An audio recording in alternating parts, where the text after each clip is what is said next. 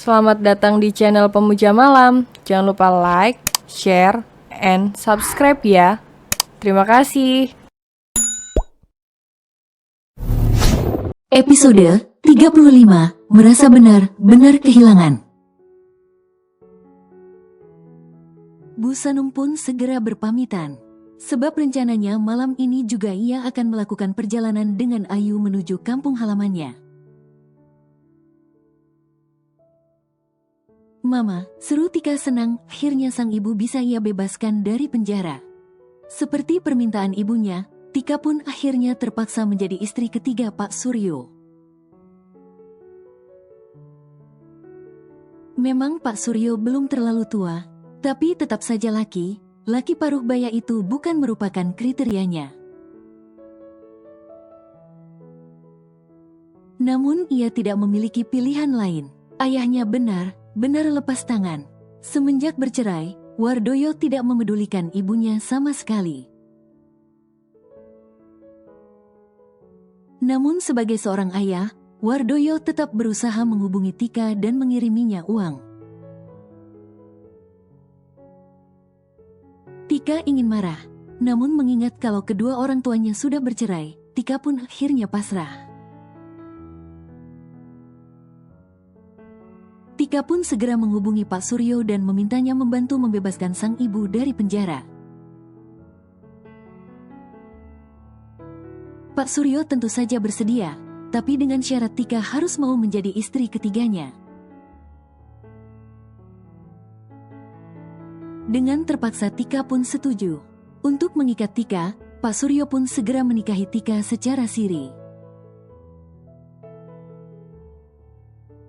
Barulah setelahnya Pak Suryo membebaskan Mila dari penjara.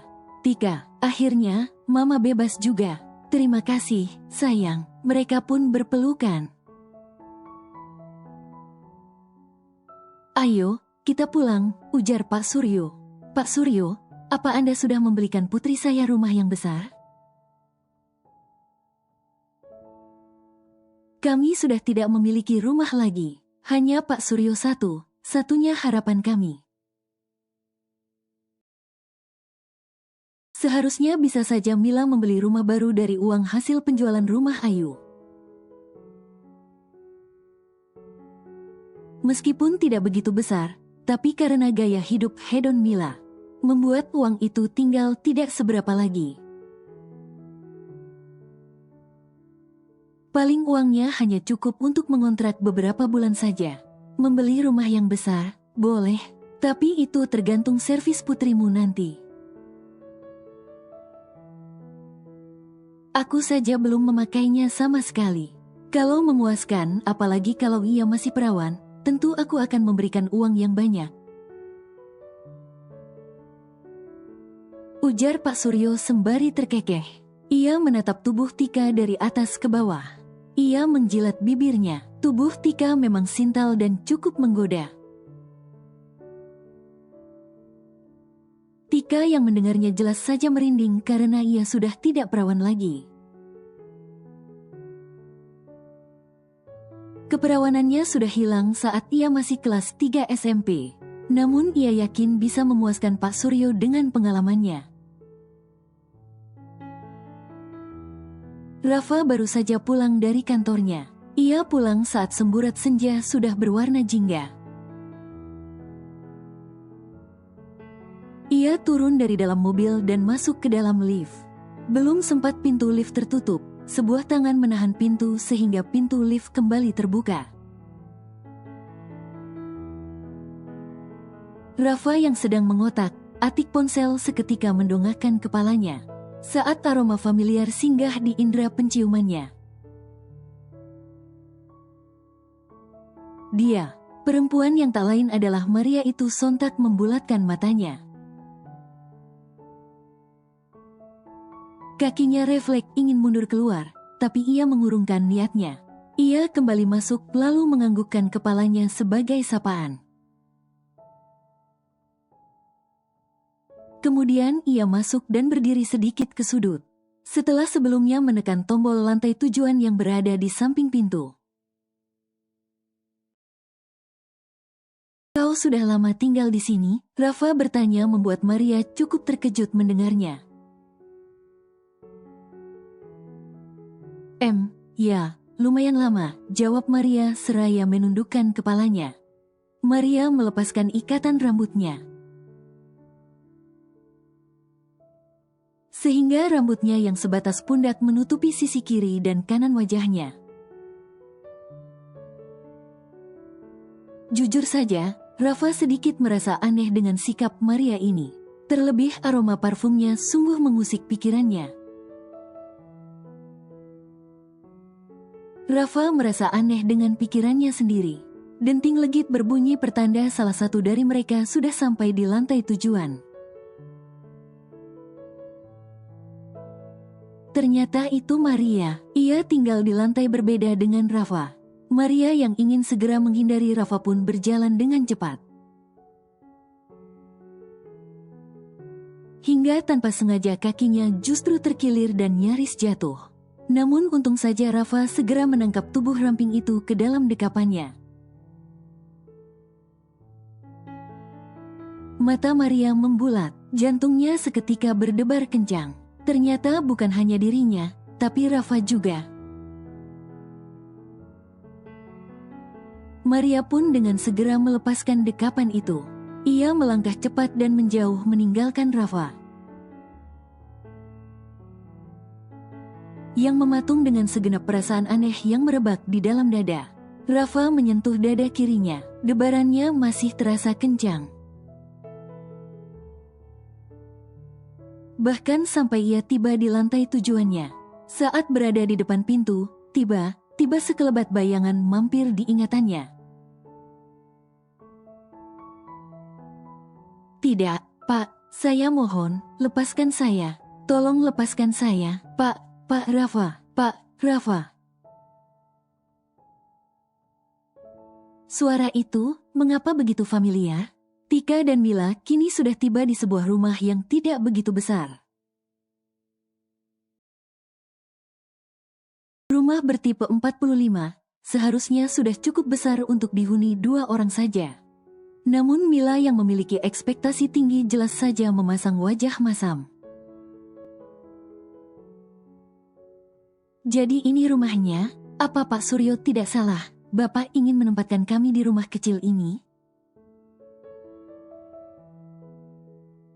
Pak Suryo yang memang cukup temperamen melirik tajam. Belum apa saja Mila sudah banyak protes.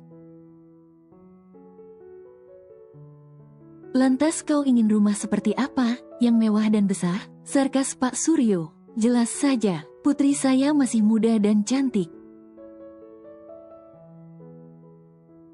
Seharusnya kami bisa mendapatkan lebih dari ini, jawab Mila tidak tahu malu. Pak Suryo terkekeh.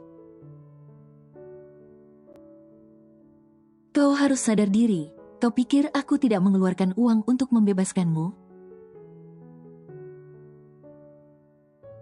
Setelah aku mengeluarkan uang cukup banyak, menyediakan rumah, dan kau masih mau protes? Bahkan aku saja belum mendapatkan apa dari putrimu ini. Jadi tahu malulah sedikit. Ucap Pak Suryo dengan suara sedikit meninggi membuat Tika gelagapan. Kalau mau tidak terima, aku akan menceraikan anakmu ini sekarang juga. Tapi dengan satu syarat, kembalikan uang yang kugunakan untuk menembusmu dari tahanan tadi. 100 juta, apa kau punya? Imbuhnya dengan rahang mengeras. Sebenarnya Pak Suryo hanya menghabiskan uang sebesar 30 juta saja. Tapi Pak Suryo yang juga merupakan rentenir itu tentu tidak mau rugi. Ia pun menambahinya dengan bunganya. Mila ingin kembali berdebat, tapi Tika melarangnya. Ia takut Pak Suryo justru melampiaskan kekesalannya padanya karena ulah ibunya itu. Mila mendelik, tapi Tika balas melotot. Mila mendengus kesal. Ia pun akhirnya memilih tutup mulut daripada ia diminta mengganti uang sebesar 100 juta. Dari mana ia bisa mendapatkan uang sebanyak itu? Melihat Mila diam, akhirnya Pak Suryo pun segera membawa Tika dan Mila masuk ke dalam rumah, yang sebenarnya hanya disewa Pak Suryo. Pak Suryo tentu saja tak mau menghamburkan uangnya secara cuma-cuma. Ia menyewa rumah itu untuk 6 bulan ke depan. Sesuai rencananya, Pak Suryo hanya akan memakai Tika selama 6 bulan kemudian membuangnya. Hari sudah semakin larut, tapi Madava masih saja gelisah. Sejak kemarin semalam hingga malam ini, Ayu tak kunjung menghubunginya. Tidak masalah Ayu tidak mau menghubunginya, karena memang Ayu belum pernah menghubunginya dengan inisiatif sendiri. Akan tetapi, hingga malam ini Ayu tak kunjung bisa ia hubungi. Jelas saja Madava khawatir bukan main. Ingin rasanya ia segera pulang ke rumah dan melihat keadaan Ayu. Tapi ia tidak bisa meninggalkan Raffi seorang diri. Tiba-tiba perut Madava berbunyi. Ia merasa begitu lapar karena memang belum makan sejak siang. Beberapa hari ini ia memang kehilangan selera makannya. Entah mengapa tiba-tiba ia ingin makan nasi dengan tumis pare. Jakun Madava sampai naik turun. Padahal saat ia melihat Ayu memakan sayur bercita rasa pahit itu membuatnya bergidik ngeri. Namun anehnya malam ini ia begitu menginginkan makan nasi dengan tumis pare. Madava berdecak kesal. Kenapa aku tiba-tiba ingin makan nasi dengan tumis pare sih? Duh, aku harus mencarinya di mana? Memangnya ada yang jual? Mana hari sudah malam pula. Mau cari di mana? Madava benar-benar resah. Semakin malam perutnya semakin terasa lapar, tapi ia tidak berselera dengan menu makanan lain. Yang ada di otaknya hanya tumis pare pedas yang dicampur ikan teri seperti tumis pare buatan Ayu. Sementara itu, kini Ayu dan Bu Sanum sedang dalam perjalanan menuju kampung halaman Ayu. Sepanjang perjalanan Ayu hanya terdiam. Sesekali ia meremas bajunya saat kram perut yang ia rasakan semakin menjadi. Ayu sendiri bingung mengapa beberapa hari ini ia kerap mengalami kram di bagian perutnya. Apa aku mau datang bulan ya? Gumam Ayu yang mengira kram ini sebagai pertanda ia yang akan segera datang bulan. Di lain tempat, tepatnya apartemen yang Madava sewakan untuk Gisela tiba-tiba pintunya diketuk. Gisela yang mengira itu adalah Madava pun segera berjalan menggunakan kruknya dan membuka pintu. Gisela membuka pintu dengan senyum merekah. Namun saat melihat siapa yang berdiri menjulang di depan pintu seketika membuatnya terbelalak. Kau, seru seseorang dengan mata yang berbinar. Asrul pulang ke rumahnya dengan senyum merekah. Ia tidak menyangka akhirnya kembali dipertemukan dengan Gisela. Sahabat sekaligus cinta pertamanya. Awal mula ia melihat Gisela adalah saat ia melihat Pak Yanto yang membukakan pintu mobil untuk Gisela di sebuah minimarket. Ia yang mengenal Pak Yanto mengira sopir kantor tempatnya bekerja dulu itu mengantarkan Madava. Namun saat melihat Gisela yang turun dari dalam mobil itu membuatnya membeliak.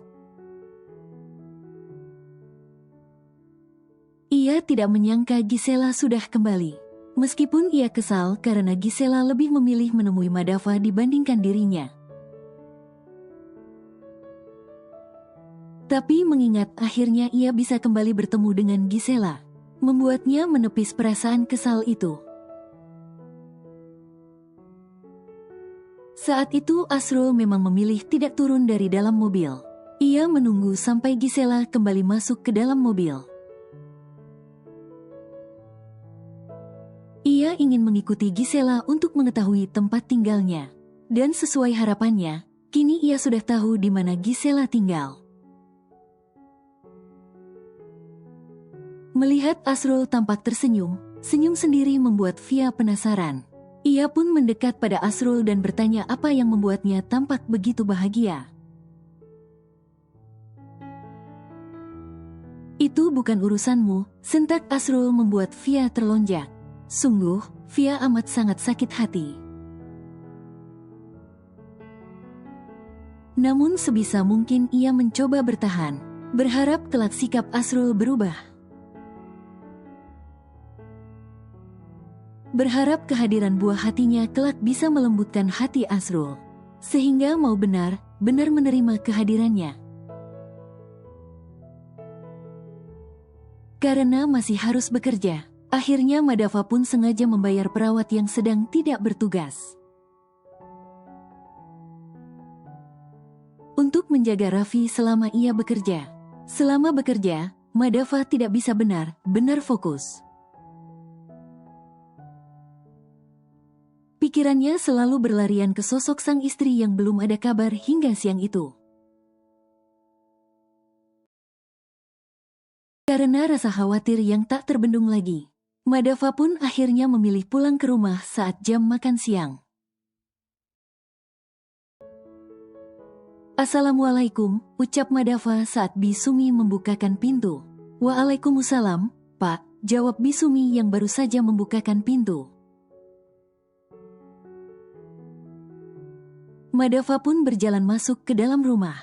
Istri saya mana, Bi? Apa dia di kamar? Tanya Madava seraya berjalan menuju tangga ke lantai 2. Bisumi sontak mengerutkan kening. Bukannya ibu masih di rumah sakit ya, Pak? Soalnya sudah 2 hari dan ini sudah hari ketiga Bibi nggak lihat Bu Ayu. Ujar Bisumi membuat Madava sontak menggantikan langkahnya. Ia pun membalikan badannya menghadap Bisumi yang sudah berhenti terlebih dahulu. Dahi Madava berkerut dalam. Nggak lihat, maksud Bibi, Ayu nggak ada di rumah 3 hari ini? Tanyanya dengan jantung yang berdebar kencang. Tubuhnya bahkan sudah menegang dengan punggung yang terasa dingin. Anggukan dari Bisumi sontak membuat sekujur tubuhnya terasa panas dingin. Bibi nggak sedang bercanda, kan? Nggak mungkin istri saya nggak ada di rumah sebab 3 hari yang lalu dia udah pulang. Dia pulang sore setelah saya pulang bekerja. Madava benar berharap kalau Bisumi hanya bercanda. Meskipun rasanya tidak mungkin. Karena mereka tidak sedekat itu untuk menjadikan hal seperti ini sebagai bahan bercandaan. Bibi nggak bercanda, Pak. Sejak hari Raffi dibawa ke rumah sakit, hari itu juga hari terakhir Bibi lihat Bu Ayu. Bibi pikir Bu Ayu masih berada di rumah sakit menemani Raffi. Makanya Bibi nggak ada tanya atau kabarin Pak Dava mengenai ibu yang nggak ada. Sontak saja apa yang dikatakan Bisumi tadi membuat Madava panik luar biasa. Tanpa menunggu penjelasan apapun lagi, Madava pun segera menapaki anak tangga dengan langkah panjang. Bahkan saat sudah berada di 2 anak tangga terakhir, ia memilih melompat dan berlari kencang menuju kamarnya. Dengan nafas memburu, ia membuka pintu kamarnya. Matanya mengedar ke sekeliling. Berharap kalau sebenarnya istrinya sedang bersembunyi dari dirinya. Namun yang dilihatnya justru hanyalah kehampaan. Degup jantung Madava kian kencang saja. Ia melangkah masuk ke dalam kamar. Dibukanya pintu kamar mandi berharap Ayu ada di sana. Ayu, Ayu, kau di mana? Panggil Madava dengan debaran jantung yang kian menjadi. Ayu, aku mohon keluarlah. Apa kau ingin bermain? Main denganku? Baiklah, kalau kau ingin bermain, aku akan mengikuti permainanmu. Madava berusaha mensugesti dirinya. Kalau Ayu sedang ingin bermain dengannya dengan bersembunyi di suatu tempat di kamar itu. Ia menyibak gorden, tapi Ayu ternyata tidak ada di sana. Ia melihat ke balik pintu, tapi ia tak kunjung menemukannya. Di samping lemari, di dalam toilet, bahkan Madava sampai mencari Ayu di kamar Raffi. Tapi ia tak kunjung menemukannya. Dengan perasaan takut yang kian membuncah, Madava kembali ke kamarnya. Lalu dibukanya lemari pakaian. Ia pikir apa mungkin Ayu bersembunyi di sana. Namun sesuatu di dalam sana membuat jantungnya seakan berhenti berdetak. Pakaian lama Ayu tidak ada. Di dalam sana, hanya ada baju pemberian sang mama. Sungguh, apa yang dilihatnya saat ini membuat sekujur tubuhnya melemas. Ia terjatuh, terduduk di lantai dengan wajah pias. Ayu, kau di mana? Apa kau sudah pergi meninggalkanku? Enggak, kamu enggak mungkin meninggalkanku, kan? Kamu enggak mungkin pergi meninggalkanku, lirih Madava. Ayu, please, jangan bercanda. Keluarlah, Ayu, aku mohon, keluarlah. Jangan membuatku panik, melasnya sambil menatap ke sekeliling. Ayu, keluar Ayu, keluar, jangan bercanda, keluarlah. Ayu, apa kau benar meninggalkanku? Kau di mana, Ayu? Keluarlah, Ayu, teriak Madava seraya menjambak rambutnya frustasi. Matanya memerah, ia takut, ia cemas, ia khawatir. Ark, Ayu, kau di mana? Ayu, aku mohon, kembalilah. Jangan tinggalkan aku. Maaf kalau aku sudah berbuat kesalahan. Maaf kalau aku sudah membuatmu terluka. Katakan Ayu, kau di mana? Mengapa kau pergi meninggalkanku? Kau di mana? Kembalilah, Ayu, kembali. Raungnya sambil mukul lantai. Bisumi yang mendengar teriakan Madava tampak panik. Ia pun segera berlari menuju kamar Madava. Ia terkejut saat melihat majikannya meraung. Ia tidak mengerti apa yang sudah terjadi. Namun satu yang dapat ia cerna, saat itu Madava pulang bersama seorang perempuan. Yang menyatakan kalau dirinya adalah ibu dari Raffi. Ia juga mengatakan kalau Raffi adalah anak Madava. Artinya keduanya memiliki hubungan di masa lalu hingga menghadirkan Raffi ke dunia. Apa kepergian Bu Ayu karena perempuan itu? Bisumi tampak iba melihat Madava. Apalagi ia mendengar suara Madava yang bergetar menahan tangis. Bisa ia pastikan, laki itu sedang meratapi kepergian Ayu. Madava masih meraung. Ia belum bisa mencerna apa yang sebenarnya sudah terjadi. Ia juga belum bisa mencerna apa yang sudah membuat Ayu pergi. Yang pasti ia kini merasa benar-benar kehilangan.